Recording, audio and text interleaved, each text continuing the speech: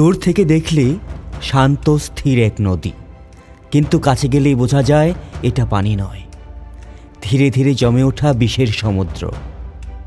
যে নদী একসময় ঢাকাকে বাঁচিয়ে রাখত, আজ সেই নদী ঢাকাকে ধীরে ধীরে মেরে ফেলছে।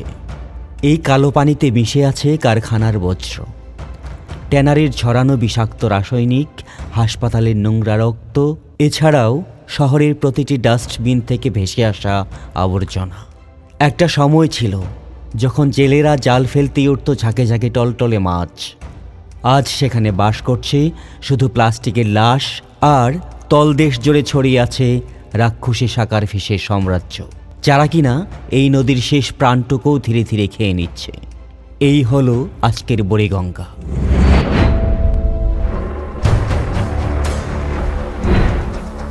নদীর নাম আছে, স্রোত আছে, নৌকা আছে, কিন্তু জীবনের চিহ্ন যেন দিন দিন উধাও হয়ে যাচ্ছে।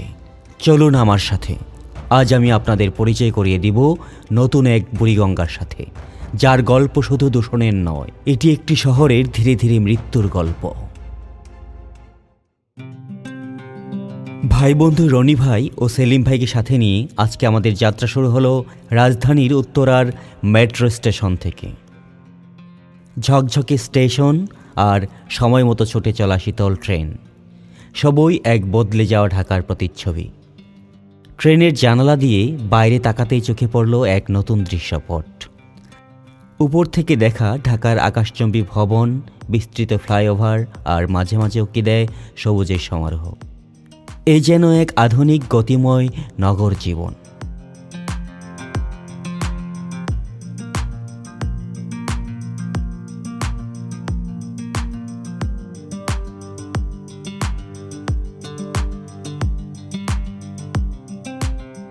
এই মসৃণ পথ চলা আমাদের নিয়ে এলো সচিবালয় পর্যন্ত।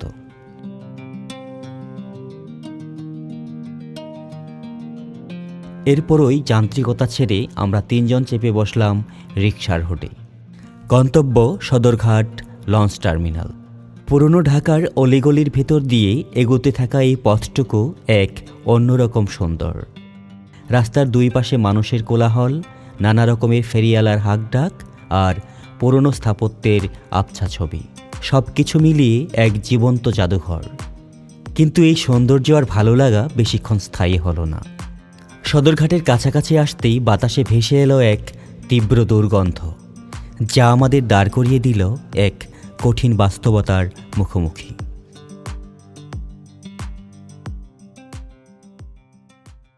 আসসালামু আলাইকুম বন্ধুরা, অভিযান বিডির পক্ষ থেকে আরো একটি নতুন ভিডিওতে স্বাগত জানাচ্ছি। আমি মনির প্রধান। আমি আজকে যে জায়গাটিতে দাঁড়িয়ে আছি, এটা আমাদের রাজধানীর প্রাণের স্পন্দন সদরঘাট লঞ্চ টার্মিনাল। এটি কোনো গল্প নয়, এটাই সদরঘাটের কঠিন বাস্তবতা। যে নদীকে ঘিরে একসময় ঢাকার বাণিজ্য আর জীবনযাত্রা গড়ে উঠেছিল, আজ তারই পরিচয় কেবল কালো পানি আর তীব্র দুর্গন্ধ। লঞ্চের শব্দ আর ধোঁয়া যেন প্রতিনিয়তই এই নদীর মৃত্যুর জানান দিচ্ছে। যাদের জীবন প্রজন্ম থেকে প্রজন্মান্তরে এই নদীর সঙ্গেই বাঁধা, তারা কেবল নৌকা চালান না, বরং একটি মৃতপ্রায় নদীর বুকে নিজেদের ভেঙে যাওয়া স্বপ্নগুলোকেও প্রতিদিন টেনে নিয়ে চলেন। এই প্রতিবেদনটি শুধু একটি নদীর গল্প নয়, এটি হাজারো মানুষের টিকে থাকার সংগ্রামের প্রতিচ্ছবি।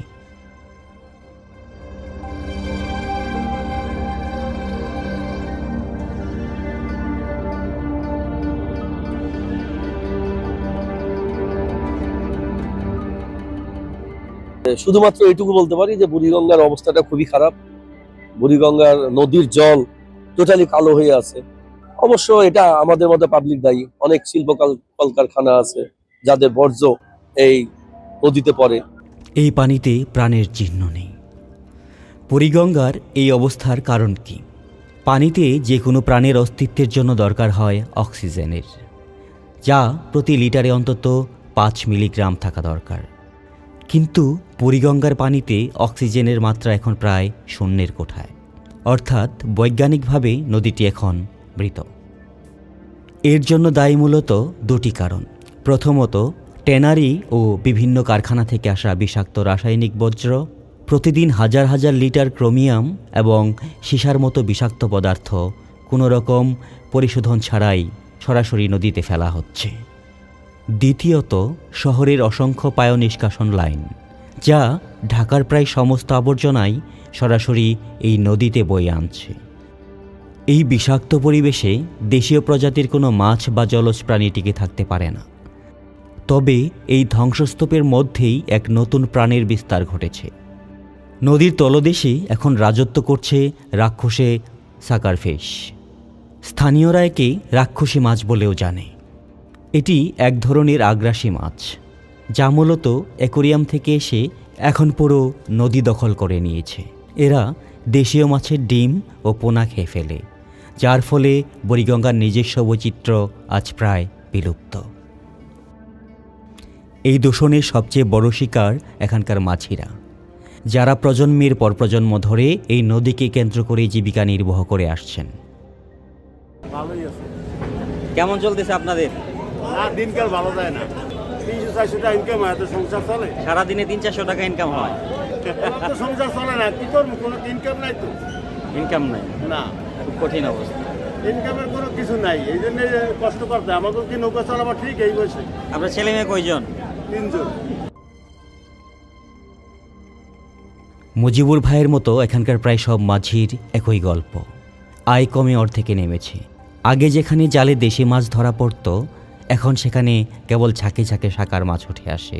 এই মাছ বাজারে বিক্রি হয় না, ফলে যে নদী একসময় তাদের খাবারের যোগান দিত, আজ তা জেলেদের জাল ছিঁড়ে দেওয়া ছাড়া আর কিছুই দেয় না। অনেকেরই শরীরে চর্মরোগ লেগেই আছে, কিন্তু চিকিৎসা করানোর মতো আর্থিক অবস্থাও তাদের নেই। তাই প্রতিদিন তারা এই মৃতপ্রায় নদীতেই ফিরে আসেন, যেখানে তাদের স্বপ্নগুলো ধীরে ধীরে ডুবে যাচ্ছে। কষ্টও লাগছে, খারাপও লাগছে। সেটা হলো নদীর যে ঝকঝকে পানি, সেটা আর বুড়িগঙ্গাতে নেই। পানি এখন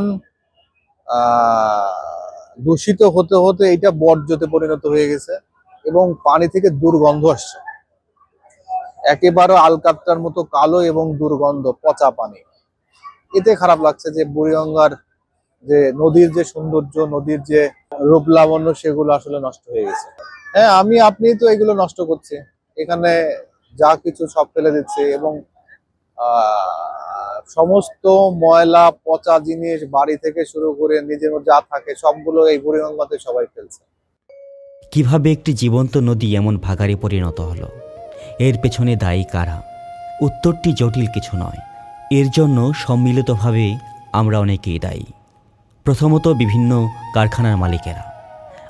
আইন অনুযায়ী বজ্র পরিশোধনের জন্য তাদের ইটিবি প্ল্যান্ট ব্যবহার করা বাধ্যতামূলক, কিন্তু খরচ বাঁচাতে অনেকেই রাতের অন্ধকারে বিষাক্ত বজ্র সরাসরি নদীতে ফেলে দেন। দ্বিতীয়ত, আমরা সাধারণ নাগরিকরা প্রতিদিন টনকে টন প্লাস্টিক, পলিথিন এবং গৃহস্থলীর আবর্জনা এই নদীতেই নিক্ষেপ করা হয়। সিটি কর্পোরেশনের বজ্র ব্যবস্থাপনার দুর্বলতা এই পরিস্থিতিকে আরও জটিল করে তুলছে। এবং তৃতীয়ত, নদী কর্তৃপক্ষ।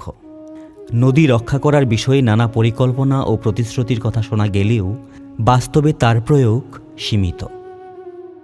এছাড়াও প্রভাবশালী দূষণকারীদের বিরুদ্ধে কার্যকর ব্যবস্থা না নেওয়ায় বুড়িগঙ্গা নীরবে তার প্রাণ হারিয়েছে। তো বন্ধুরা, এই ছিল আমাদের আজকের অভিযান। আশা করি আমাদের ভিডিওটি আপনাদের ভালো লেগেছে। এমন আরও তথ্যবহুল ভিডিও পেতে আমাদের চ্যানেলটি সাবস্ক্রাইব করুন ও পাশে থাকা বেল আইকনটিতে প্রেস করুন পরবর্তী ভিডিওর নোটিফিকেশন পাওয়ার জন্য। আজ এই পর্যন্তই, দেখা হবে নতুন কোনো ভিডিওতে। সে পর্যন্ত সবাই ভালো থাকুন, সুস্থ থাকুন।